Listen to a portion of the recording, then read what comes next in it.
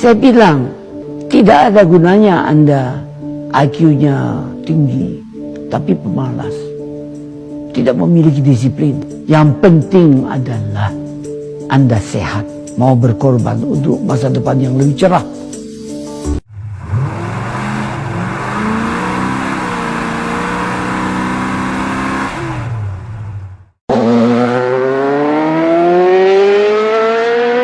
Assalamualaikum warahmatullahi wabarakatuh. Halo guys, ketemu lagi bersama saya. Kali ini kita akan membahas yang lagi tren nih tentang F1. Teman-teman banyak sekali yang mengirimkan info ke saya, minta dibahas soal ini. Ternyata banyak sekali di antara mereka nih, terutama para TKI miniannya Malaysia itu juga dan lagi pada Eurovia, membanggakan negara orang. Nggak malu ya mereka itu. Aduh. Mereka membanggakan F1 yang datang ke Sepang. Katanya Malaysia kembali jadi tuan rumah. Yuk kita bedah bersama. Sebelum kalian ikut-ikutan bangga, baca dulu fakta sebenarnya yang tidak kalian ketahui. Mungkin kalian nggak tahu atau memang nggak tahu lah ya. Pertama-tama ini bukan Grand Prix Malaysia ya. Nama resminya itu Bahrain Grand Prix yang diadakan di sirkuit Sepang. Bahrain yang memegang haknya, Bahrain yang dapat semua pendapatan dari tiket, sponsor resmi, dan hak siar. Malaysia itu cuma meminjamkan tempat dan justru keluar uang untuk biaya operasionalnya sekitar 13 juta US dollar atau 234 miliar rupiah. Lalu kenapa kok diadakan di Malaysia? Bukan karena Malaysia dipilih karena hebat ya, itu karena di Bahrain sendiri sedang tidak aman saat ini. Konflik di Timur Tengah, serangan rudal, ruang udara itu sempat ditutup. F1 bahkan sudah sempat membatalkan acara itu total. Nah, mereka, Bahrain ini butuh tempat pengganti darurat supaya kalender tetap lengkap dan tidak rugi miliaran dolar mengembalikan uang sponsor. Nah, akhirnya Sepang lah terpilih karena lokasinya pas di antara balapan di Azerbaijan dan Singapura. Karena mudah mengurus logistiknya. Jadi bukan dipilih karena istimewa, tapi dipilih karena pas dan siap pakai. I just noticed this is not going to be called the Malaysian Grand Prix. Even though it's taking place in Malaysia at the Sepang International Circuit, the official title for the race will be the Gulf Air Bahrain Grand Prix in Malaysia, which, by the way, is 6,000 kilometers apart. This is the worst Grand Prix name since the Formula 1 Qatar Airways Grand Prix del Made in Italy El del Emilia Romagna 2023. Kalian pasti banyak yang lupa ya, tahun 2017 Malaysia itu sudah berhenti jadi tuan rumah F1.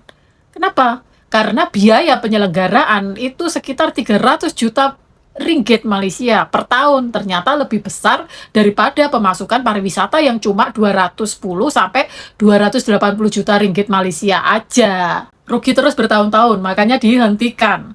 Nah, sekarang ini bukan kembalinya F1 ke Malaysia, itu cuma nitip nama doang ya. Sirkuit di Bahrain sedang bermasalah, jadi mereka pinjam Sepang sebentar. Semua untung ke Bahrain, Malaysia keluar biaya, rakyat yang akhirnya nanggung. Jadi apanya ini yang dibanggakan coba? Tampil keren sebentar, uang keluar, untung ke negara lain, itu namanya bukan kemenangan, itu namanya dipakai orang. Dan jujur saja, ini terlihat sekali ya, sejak Indonesia punya sirkuit Mandalika itu yang namanya udah melesat ke seluruh dunia, Malaysia tuh kayak pasti merasa kayak gini ya mungkin. Pasti mungkin merasa something lah, I don't know. Jadi begitu ada kesempatan di TTP GP Bahrain, langsung buru-buru diumumkan besar-besaran. Pengen bikin banget viral kayak Indonesia. Apa tujuannya pengen viral? Malah nggak taunya kena apes mulu perasaan. Coba cek dulu, namanya tetap Bahrain, untungnya ke Bahrain, Malaysia cuma keluar biaya. Kalau mau bangga dengan balapan yang benar-benar milik sendiri, itu lihatlah ke Indonesia, ya. Kalian ini para TKI minion Malaysia, kita punya sirkuit Mandalika, namanya Indonesia Grand Prix. Nama negara kita yang terbang ke seluruh dunia. Semua pendapatan masuk ke negeri sendiri, membangun daerah sendiri, mensejahterakan rakyat sendiri. Itu baru sesuatu yang pantas dibanggain, bukan sebaliknya. Gitu loh. Bukan dititipi acara orang lain terus diaku-aku. Konyol kalian itu. Makanya lain kali kalau mau ikut-ikutan tren itu, setidaknya tolong cari info dulu ya. Khususnya juga para WNI yang terlalu narsistik ini ya, MPD ini ya.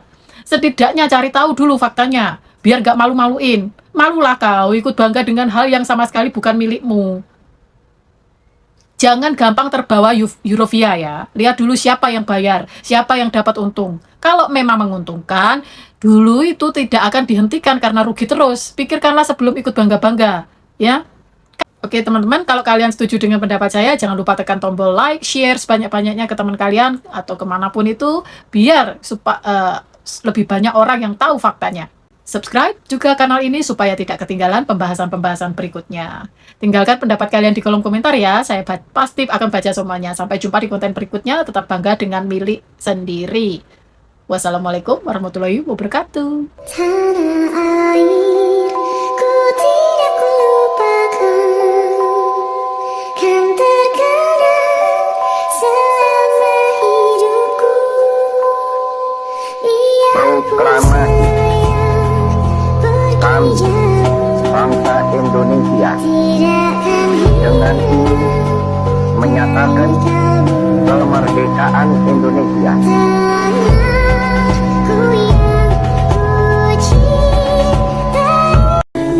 Jakarta, 17 Agustus 1945, atas nama bangsa Indonesia, Soekarno, Hatta.